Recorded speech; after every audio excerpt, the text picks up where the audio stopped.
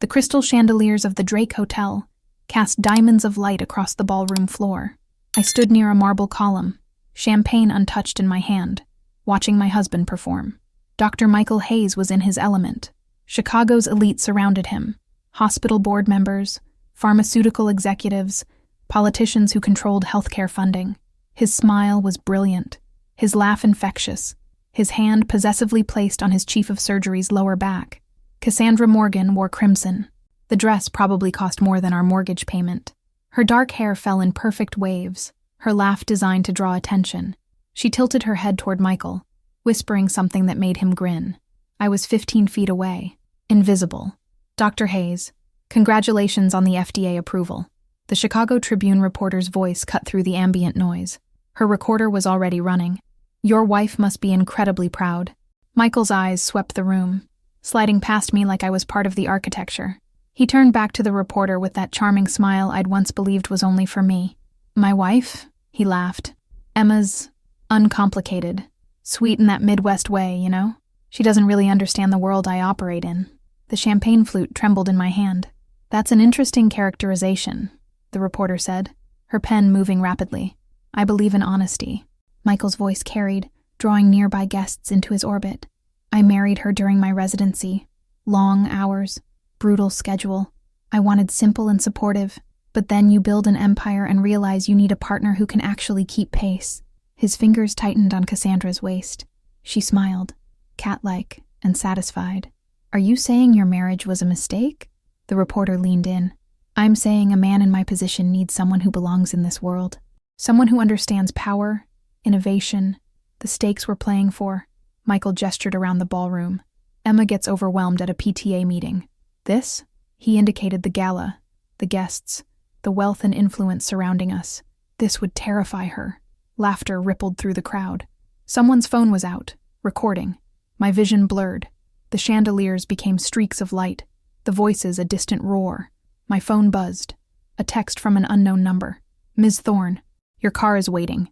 East exit. Now. I set the champagne down carefully. My hands were surprisingly steady. I walked toward the exit, my heels clicking against marble that cost more per square foot than most people earned in a week. Behind me, Cassandra's voice rang out. Oh dear, is that her leaving? Michael, darling, she looks upset. I didn't turn around. Tomorrow, Michael would learn exactly who he'd married, and exactly what he'd just destroyed. The black Mercedes idled exactly where the text promised. The driver opened the door without speaking, his face professionally neutral. I slid into the leather seat, my evening gown catching slightly. The Peninsula Hotel, Ms. Thorne, he said. Not a question. I nodded, unable to speak past the tightness in my throat. As we pulled away from the Drake, I watched the building shrink in the rearview mirror. Inside, Michael was still charming donors, still impressing investors, still building his reputation on foundations he didn't know existed. My phone exploded with notifications. Twitter, Instagram, email, text messages from numbers I didn't recognize. I opened Twitter with shaking hands. The video was already there. 47,000 views in 18 minutes. Renowned cardiac surgeon calls wife simple and a mistake at charity gala. The footage was clear. Michael's hand on Cassandra's back, his dismissive laugh, every cruel word captured in high definition. The comments were brutal. This is what emotional abuse looks like.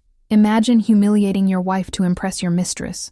His entire career is about saving hearts. Guess he doesn't care about breaking them. I scrolled numbly. Someone had already created a hashtag. Emma deserves. Better was trending in Chicago. Another text came through. Michael's number. Where are you? We need to talk. Come back now. Not, I'm sorry. Not, I was wrong. Come back now. I blocked his number. The Peninsula's entrance appeared, all glass and elegance. A concierge materialized instantly, opening my door before the car fully stopped. Ms. Thorne, your suite is ready. Everything has been arranged. I hadn't made a reservation. The elevator ride felt like descending underwater. My reflection stared back from mirrored walls. A woman in a silver dress her husband had called too plain that morning. A woman he'd introduced to his colleagues as just my wife, with a dismissive wave. The suite door opened before I could knock. Marcus stood there, silver-haired and sharp-eyed, wearing the same expression he'd worn when I was 16 and caught sneaking out. Emma, His voice was gentle. Your father's plane lands in 3 hours. My chest constricted. Marcus, he can't come here. I left that life behind. He's already in the air.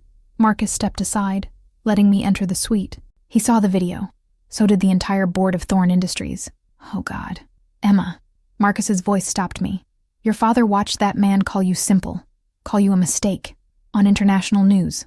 I sank onto the sofa, my legs finally giving out. And there's something else. Marcus pulled out his tablet, his expression grim. Someone recognized you. A royal correspondent in London.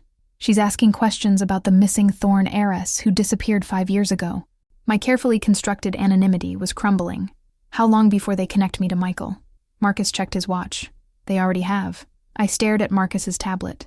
My face, a photo from our wedding, beside my official Thorne Industries portrait from 5 years ago. The one taken before I'd changed my last name to Gardner, before I'd buried my identity under graduate school applications and museum volunteer work. Mystery wife of Chicago surgeon, missing heiress Emma Thorne. The article was speculation, but accurate speculation.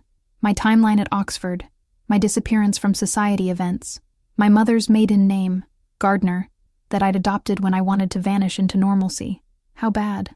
I asked quietly. Financial Times picked it up 20 minutes ago. Wall Street Journal is running it in tomorrow's morning edition. Marcus sat across from me. By morning, everyone will know that Dr. Michael Hayes married the only daughter of Richard Thorne. He'll think I set him up. Did you? Marcus's question wasn't accusatory, just curious. No. I met his eyes. I wanted someone to love me for myself, not my father's money or connections or power. Just me. And instead, you got a narcissist who built his career on your family's donations while calling you worthless. I flinched. You knew about the donations? Emma, your father doesn't let anyone marry into this family without thorough vetting. We've been monitoring Dr. Hayes since the engagement. Marcus pulled up another file. Every research grant he's received, every speaking engagement, every consulting fee, all documented. My stomach dropped. You've been watching him for 5 years? Standard protocol. We monitor threats to family members. His expression hardened. And Michael Hayes has been a threat since day one. What do you mean? Marcus tapped the screen. Financial records scrolled past. His research funding, 83% comes from Thorne Foundation grants. His position as chief of cardiothoracic surgery, created after your father donated $60 million to expand the cardiac wing. The clinical trial that made him famous, conducted entirely with equipment your trust fund purchased. I felt sick. He doesn't know. He never asked. Just like he never asked about your education, your work, your background beyond what you volunteered. Marcus's voice gentled slightly. You gave him every opportunity to see you, Emma. He chose not to. My phone lit up again. More texts. Now coming through email since I'd blocked Michael's number. This is ridiculous. Come home. You're embarrassing me in front of the hospital board. People are asking questions I can't answer. Fix this. Not one apology. Not one acknowledgement of what he'd said about me. To me, in front of hundreds of people. Marcus's phone rang. He glanced at the screen, then at me. Your father. I took it with trembling hands. Daddy. Baby girl. My father's voice was controlled fury. I'm 30 minutes out. Are you safe? I'm fine. I'm at the peninsula with Marcus. Good. A pause. Emma, I need you to know something. That video has 6 million views. It's on CNN International. And the man who called my daughter simple is about to learn a very expensive lesson about consequences. My father arrived like a force of nature. Richard Thorne didn't knock. The suite door simply opened and he was there, silver-haired and commanding in a tailored suit that probably cost more than Michael's car. He looked at me for one long moment, then crossed the room and pulled me into his arms. My brilliant girl, he murmured against my hair. I should never have let you go alone. I wanted normal, Daddy. My voice cracked. I wanted to be loved for myself. You are loved. He pulled back, his hands on my shoulders, by people who actually see you, not by a narcissist who mistakes kindness for weakness. Marcus cleared his throat. Sir, the board is assembled. They're waiting for your call. My father's expression shifted, from concerned parent to ruthless CEO in a heartbeat. Good. Let's begin. He sat at the suite's dining table, opening his laptop. A video conference screen appeared. 15 faces stared back. Thorne Industries board of directors, all awake despite the late hour. Gentlemen, ladies, my father's voice carried absolute authority. You've all seen the video. You know what was said about my daughter. Now I'm going to tell you exactly what we're going to do about it." I watched as he laid out the plan with surgical precision. Thorne Foundation would immediately withdraw all funding from programs associated with Michael Hayes. 7 research grants, totaling $42 million. The hospital's cardiac wing expansion, another $60 million, would be suspended pending review. Additionally, my father continued, our forensic accounting team has completed their audit of Dr. Hayes' research protocols. A woman I recognized, Jennifer Chen, head of our legal department, appeared on screen. We've found significant irregularities in his clinical trial data. Patient outcomes appear to have been manipulated to inflate success rates, complications underreported, FDA protocols potentially violated. My breath caught. He falsified data? Not conclusively, Jennifer said carefully, but there are enough red flags to warrant federal investigation. We're referring our findings to the Department of Justice and the FDA. I felt dizzy. This will destroy his career. His career was built on fraud, and my family's money, my father said coldly, while he called you too simple to understand his world. Sir, Marcus interrupted, we have movement at the Hayes residence. Dr. Hayes just arrived home. He's alone. My father pulled up security footage. Apparently, we'd been monitoring Michael's house. I should have been shocked. I wasn't.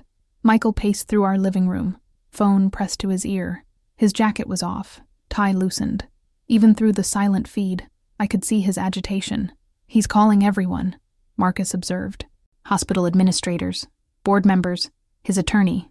No one's answering, my father said with grim satisfaction. I made some calls during the flight. Michael Hayes is toxic right now.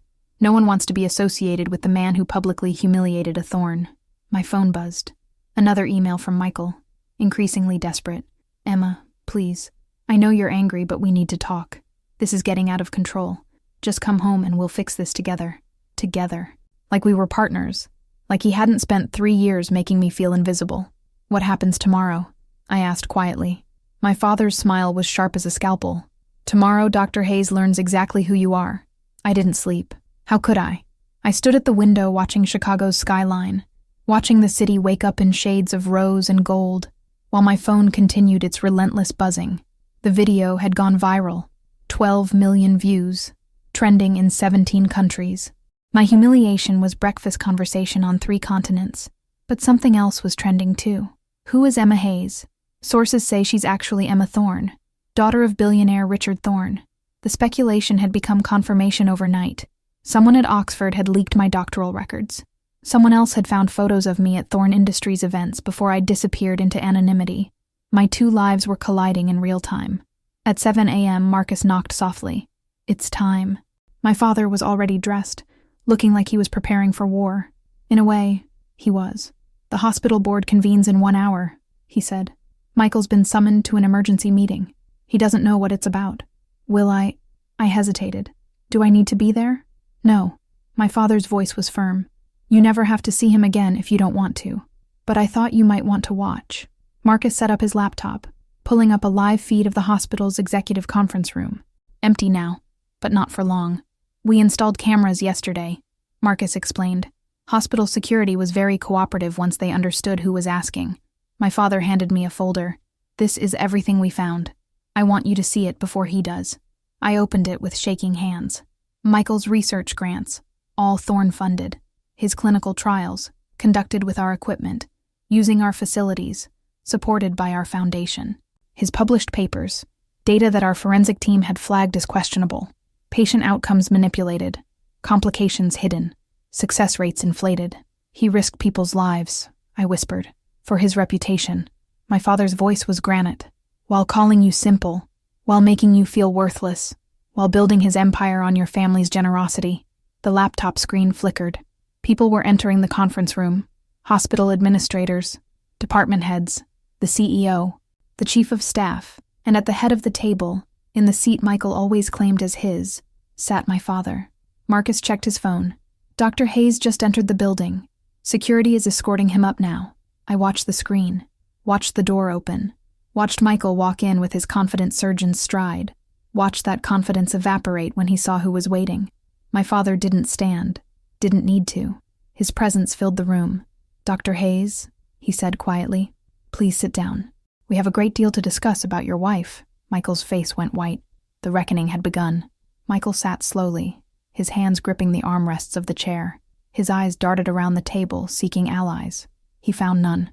"Mr. Thorne," he began, his voice carefully controlled, "I didn't realize you'd be attending this meeting.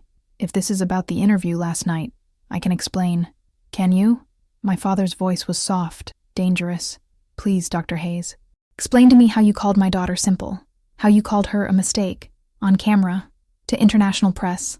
The color drained from Michael's face. "Your daughter?" "Emma Thorne." My father leaned forward slightly. "The woman you married 5 years ago. The woman you've spent 3 years dismissing, belittling, and humiliating. My daughter." Michael's mouth opened and closed. No sound came out. Catherine Ward, the hospital CEO, stood. "Dr. Hayes, perhaps you can explain what you know about your wife's background. She's—" Michael's voice cracked. He cleared his throat. "Emma's from Indiana. She has a degree in art history. She volunteers at museums. She's a graduate student." "A graduate student," my father repeated. "Tell me, Dr. Hayes, where did she study?" "University of Chicago, I think. She never really talked about it." "Because you never asked." My father's words cut like a scalpel. "Emma has a doctorate from Oxford University. She completed it with highest honors while publishing 26 peer-reviewed papers on Renaissance art authentication.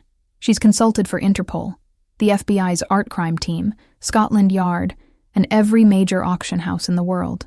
Michael stared at him. No, that can't be right. "She speaks 7 languages fluently," my father continued. "She's recovered stolen artwork worth over $300 million. The Louvre has her on permanent retainer. Christie's and Sotheby's compete for her expertise." He paused. "And she controls 42% of Thorne Industries through her trust fund, currently valued at approximately $8 billion. The room went completely silent. "You're lying." Michael's voice was barely a whisper. "Emma doesn't have money. We live on my salary. She takes the bus to the museum. She clips coupons. She does those things," my father said, "because she wanted a normal life. She wanted someone to love her for who she is, not what she represents. She renounced her position in the family business to pursue academia. I supported that decision because I believed she deserved happiness on her own terms." He stood, and the temperature in the room seemed to drop 10 degrees. "I believed she would find someone worthy of her brilliance, her kindness, her extraordinary mind. Instead, she found you, a man who built his entire career on her family's donations while treating her like she was worthless." Michael shook his head frantically. "I didn't know. How could I know if she didn't tell me?" "You didn't ask," Catherine Ward interjected. "In 5 years of marriage, Dr. Hayes, did you ever ask your wife about her education, her work, her family, her expertise?" Michael's silence was damning. "No," my father answered for him. "You assumed she was simple because she was kind. You mistook her quietness for emptiness. You saw a woman who didn't demand attention and decided she had nothing to offer." He placed both hands on the conference table, leaning forward. "Let me tell you what Emma Thorne has offered, Dr. Hayes. The cardiac wing you work in, built with a $60 million donation from Thorne Foundation. The research grants that funded your clinical trials, $42 million from my family's endowments. The equipment, the facilities, the resources that made your career possible, all paid for by the woman you called a mistake." Michael's face had gone from white to gray. "And now," my father said quietly, "you're going to learn what happens when you humiliate someone who had the power to destroy you all along, but chose kindness instead." Jennifer Chen, our head of legal, stood and placed a thick folder in front of Michael. "Dr. Hayes, this is a complete forensic audit of your research activities over the past 5 years." Michael's hand shook as he opened it. I watched through the laptop screen as his eyes scanned the first page, then the second, his face growing more ashen with each line. You can't have access to these files. These are confidential research protocols, which were conducted using Thorne Foundation grants," Jennifer interrupted smoothly. "Grant agreements include audit provisions. We exercised our contractual rights." Michael flipped through pages frantically. "This is taken out of context. Every researcher faces complications, adverse events. Every researcher doesn't systematically hide them." My father's voice could have frozen fire. "Page 17. Your cardiotech valve trial. You reported a 97% success rate. Our analysis shows the actual rate was 68%. That's not the methodology. Patient 43. Catherine Ward's voice cut through his protests. Died of device failure 3 weeks post-implant. You coded it as unrelated cardiac event. Our review shows clear causation. Patient 71. Jennifer continued. Stroke during recovery. You listed it as pre-existing condition. Her medical history shows no prior risk factors. Patient 92. Infection at the implant site requiring device removal. Not reported to the FDA as required by protocol. Michael's breathing had gone shallow. This is a witch hunt. You're twisting data to punish me for a personal dispute. We're presenting facts. My father's calm was more terrifying than rage. Facts that we've shared with the Department of Justice, the FDA, and the National Institutes of Health. The door opened. 2 people entered. A man and woman in dark suits. FBI credentials clipped to their belts. Dr. Hayes, the woman said. I'm Special Agent Rivera. This is Special Agent Chen. We need to speak with you about potential healthcare fraud related to federal research grants. Michael shot to his feet. This is insane. I'm one of the top cardiac surgeons in the country. I've saved hundreds of lives and endangered how many others with falsified data. My father's voice was quiet, deadly. How many patients received devices approved based on manipulated trial results? How many doctors made treatment decisions based on your inflated success rates? I want my lawyer. That's your right, Agent Rivera said calmly. But we have a warrant to seize all research records, patient files, and correspondence related to 17 clinical trials conducted between 2019 and 2024. She placed a document on the table. Michael stared at it like it was a death sentence. Additionally, Agent Chen said, the FDA is immediately suspending approval for the cardiotech valve pending investigation.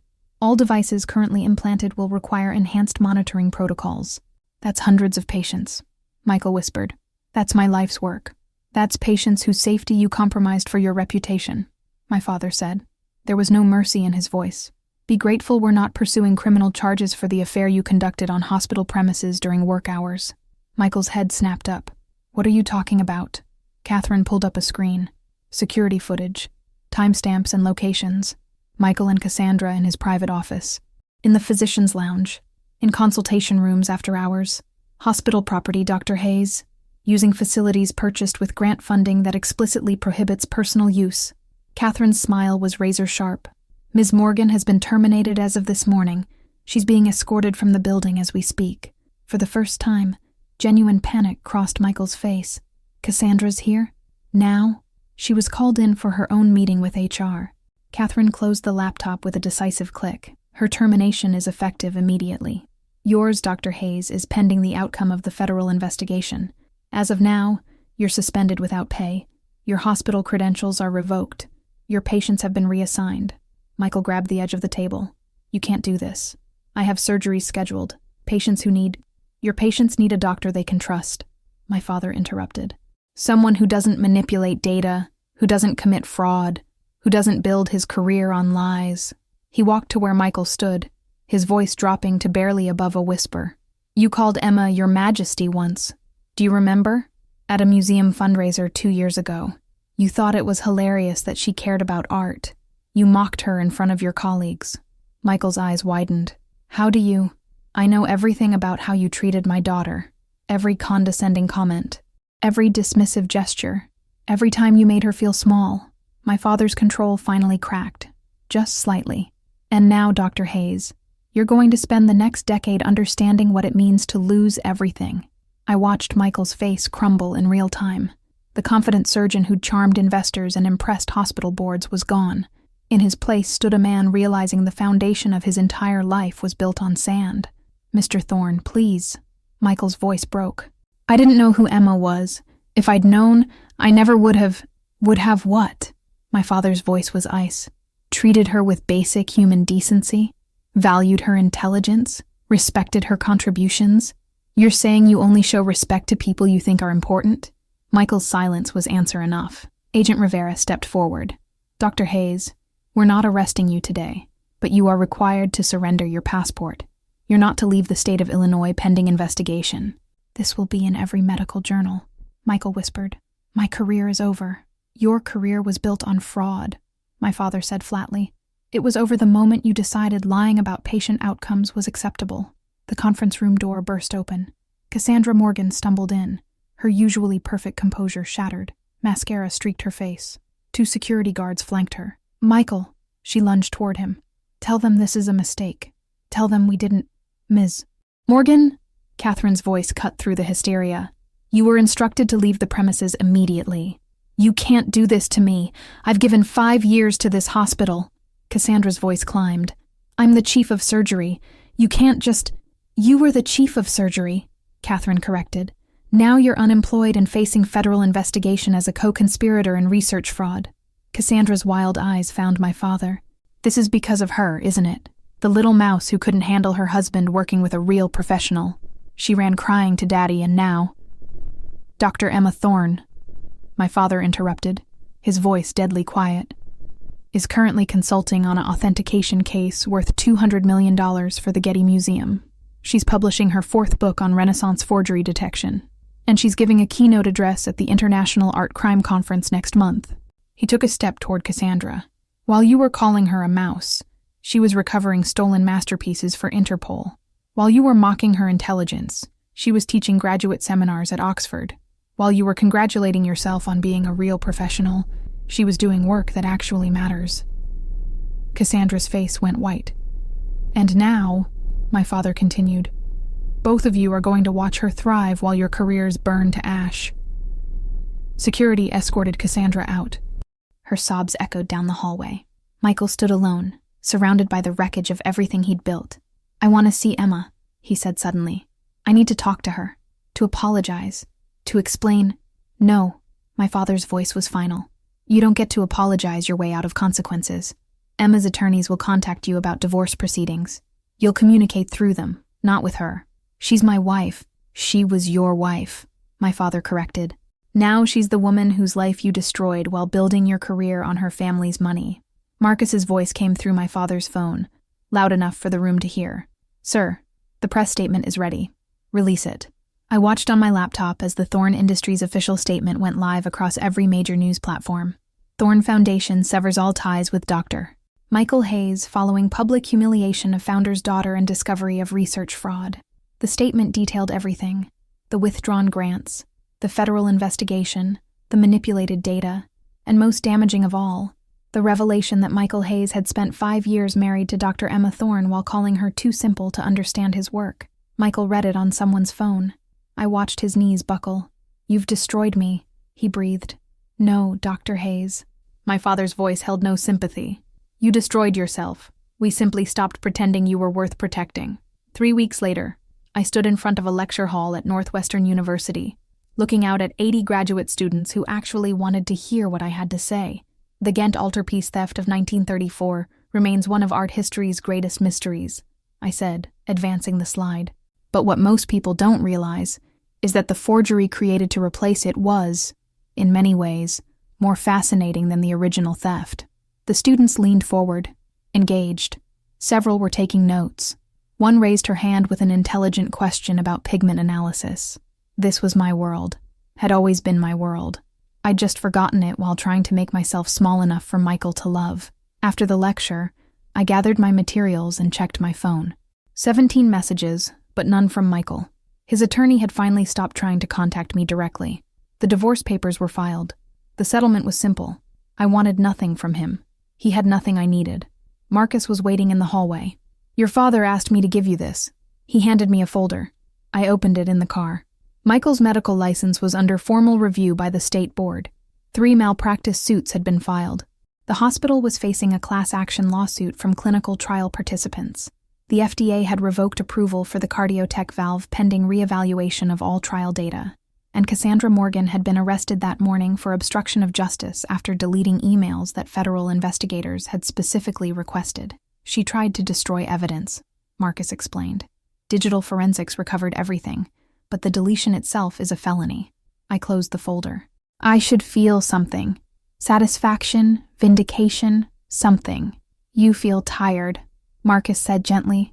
"That's normal." My phone buzzed. A news alert. Michael had given an interview to Good Morning America, claiming he was the victim of a vindictive ex-wife who'd hidden her identity to trap him. "He's still trying to make himself the victim," I said quietly. "Let him talk." Marcus pulled up his tablet. The interview aired an hour ago. Social media response has been unfavorable. He showed me Twitter. The backlash was immediate and brutal. He called her simple while she was funding his career. Now he's mad she stopped? I didn't know she was rich is not the defense he thinks it is. So you only respect women if they're wealthy? Tell me more about your character, doctor. He's upset she trapped him by checks notes, being kind and unassuming. The audacity. Every comment he made, every attempt to garner sympathy, just reinforced what everyone already knew. He'd valued status over substance, and it had destroyed him. The Art Institute called, Marcus said. They want to dedicate their new Renaissance wing to you. Public ceremony next month. That's not necessary. They insist. They're also announcing your appointment as senior consultant for authentication and acquisitions. Marcus smiled slightly. Prestigious position. Very public. Your name will be on everything. My real life, the one I'd hidden from Michael, was emerging into daylight, and everyone could see exactly how brilliant the simple wife had always been. One more thing, Marcus said carefully. Your father suggested I show you this. He pulled up a video. Michael, leaving the hospital for the last time, surrounded by reporters. Someone asked if he had any comment about his wife. Ex-wife, Michael corrected bitterly. And no, I have nothing to say about Emma Thorne. The reporter pressed. Do you regret calling her simple? Calling your marriage a mistake? Michael's face twisted. I regret marrying someone who wasn't who she claimed to be. The reporter's eyebrows rose.